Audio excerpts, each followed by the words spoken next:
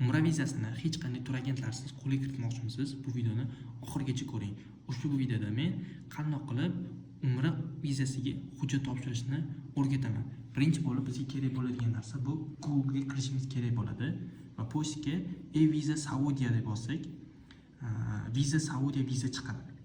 Va ushbu sayt orqali biz only hamma ma'lumotlarni kiritib va mana bu yerda apply now degan joyi bor.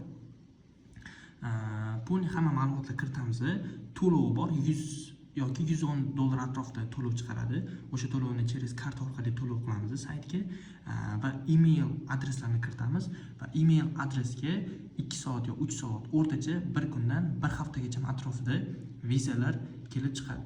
Va ushbu viza olingandan keyin esa tudavratdan bilet mehmonxona undan oldin olib qo'yilishi kerak bo'ladi va mehmonxona manzillari ham ushbu saytga applicationga kiritiladi.